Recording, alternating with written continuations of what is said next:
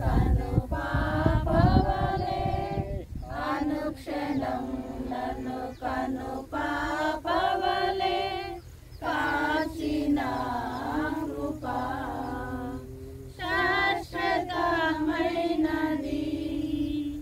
నీవు నా ఎడ చూపిన కృపా నీకు బహు దూరమైన నన్ను చేరదీసిన నా తండ్రివి నీకు బహు శాంతియే నాకు నీదు కౌగిలిలో నిత్య సుఖ శాంతియే నాకు నీదు కౌగిలిలో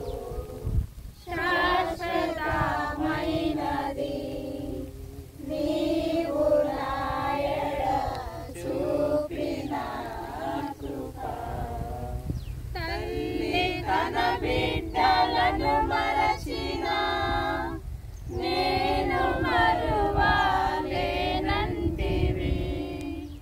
తల్లి తన బిడ్డలను మరచిన నేను మరువలేనంటివి నీదు ముఖ కాంతియే నన్ను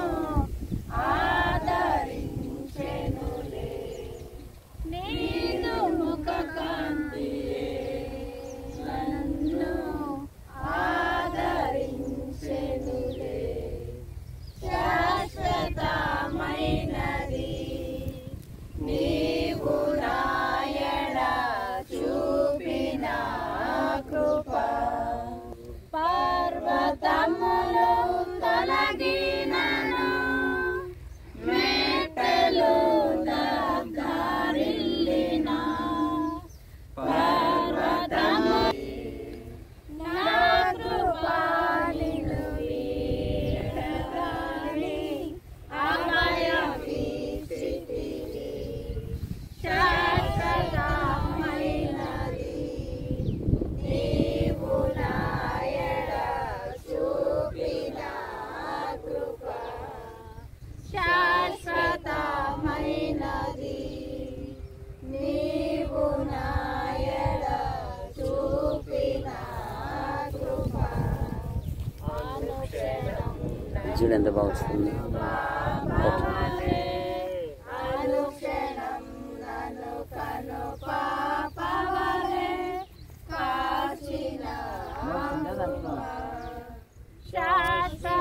శాశ్వతమైనది నీవు నా ఎడ చూపిన కృపా. రైట్. 8వ కీర్తన ఆఖరి వచనములో తన దాసుడైన దావీదును కోరుకొని గొర్రెల దొడ్లలో నుండి అతన్ని పిలిపించి పాడి గొర్రెలు వెంబడించుట మానిపించి తన ప్రజలైన ఇశ్రాయేలుకును ఆయన కార్యములయందు నేర్పరి అయి వారిని పాలించెను అనే మాట మనం చూస్తాం. దావీదు అనగా ప్రియుడు అని అర్థము.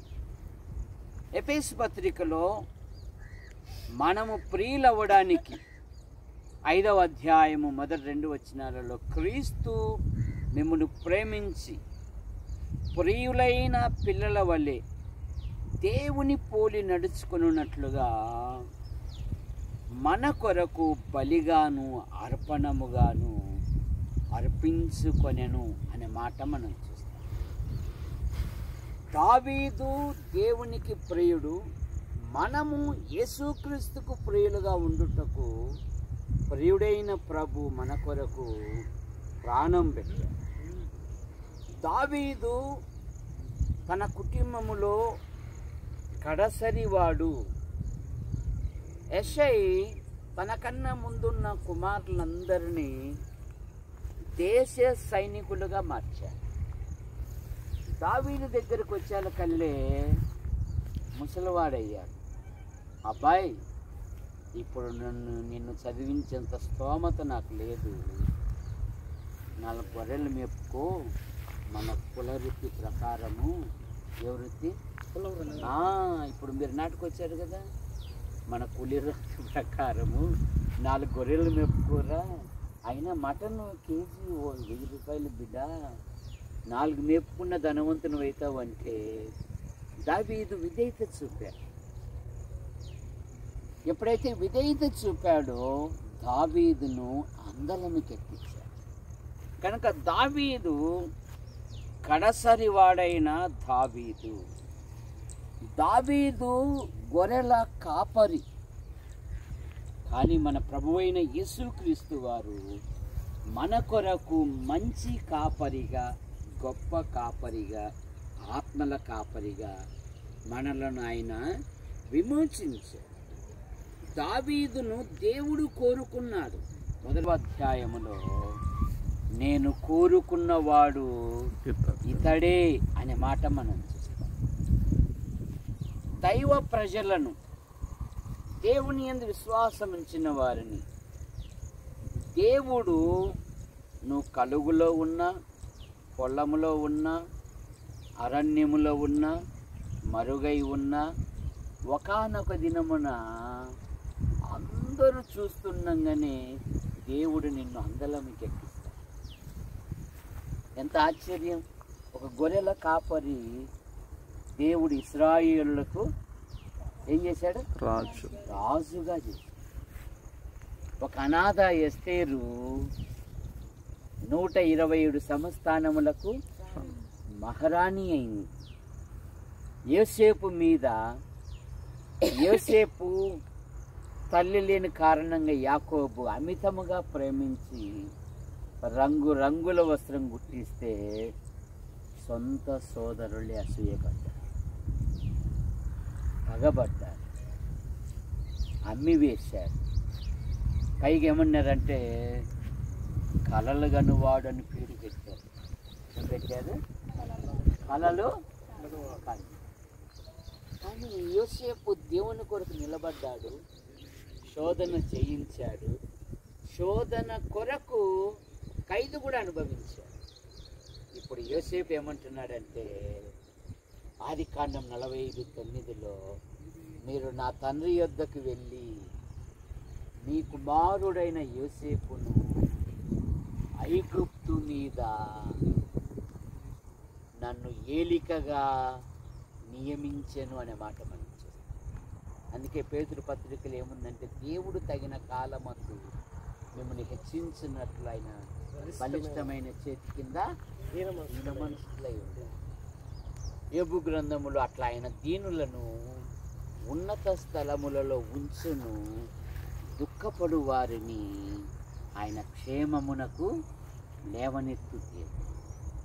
దావీదు తన ఆధ్యాత్మిక జీవితంలో మందను కాయువాడు, గొర్రెల మందను కాయువాడు. అందుకే పౌలు అన్నారు, దేవుడు తన స్వరక్తం ఇచ్చి సంపాదించిన సంఘము దేవుని మంద. మనమందరం ఎవరంటే దేవుని మంద, దేవుని ప్రజలం. తర్వాత దావీదులో ఉన్న మరొక మాట ఏంటంటే దావీదు ఎక్కడికి వెళ్ళినను యెహోవా అతనిని కాపాడుతూ ఉన్నాడు. యెహోవా అతనిని. పోయిన నెలలో విమానం విన్నారా? వినలేదా? పాపం అందులో ఒక కుటుంబము, మేము లండన్కి వెళ్తున్నాము, మేము అక్కడే స్థిరపడతాము, మేము స్థిరపడినాక మిమ్మల్ని కూడా పిలుస్తాము, మీరు కూడా రండి అని సెల్ఫీ ఫోటో దిగి బంధువులు పంపారు. ఒక హోటల్లో యువ డాక్టర్కి చక్కగా భోజనాలు చేస్తూ ఉన్నారు. విమానం వచ్చి ఆ హోటల్ మీద పడాలకల్లే 258 మంది ఈ లోకాన్ని. మనం పొలం పనులు చేస్తూ ఉన్నాం.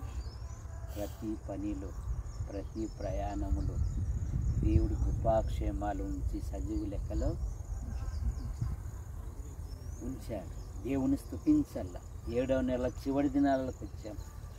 8వ నెల మన ఎదుట ఉన్నది. ఇంకా క్రిస్మస్ 4 నెలలే అంటున్నాడు మా సారు. ఎన్ని నెలలు చూసారా? కనుక మనం వెళ్ళే ప్రతి స్థలములో తన కృపాక్షేమాలు ఉంచిన ప్రభును మనం స్తుతించాలి. ఆఖరి మాట, దావీదు కనికరం కలిగిన వాడు.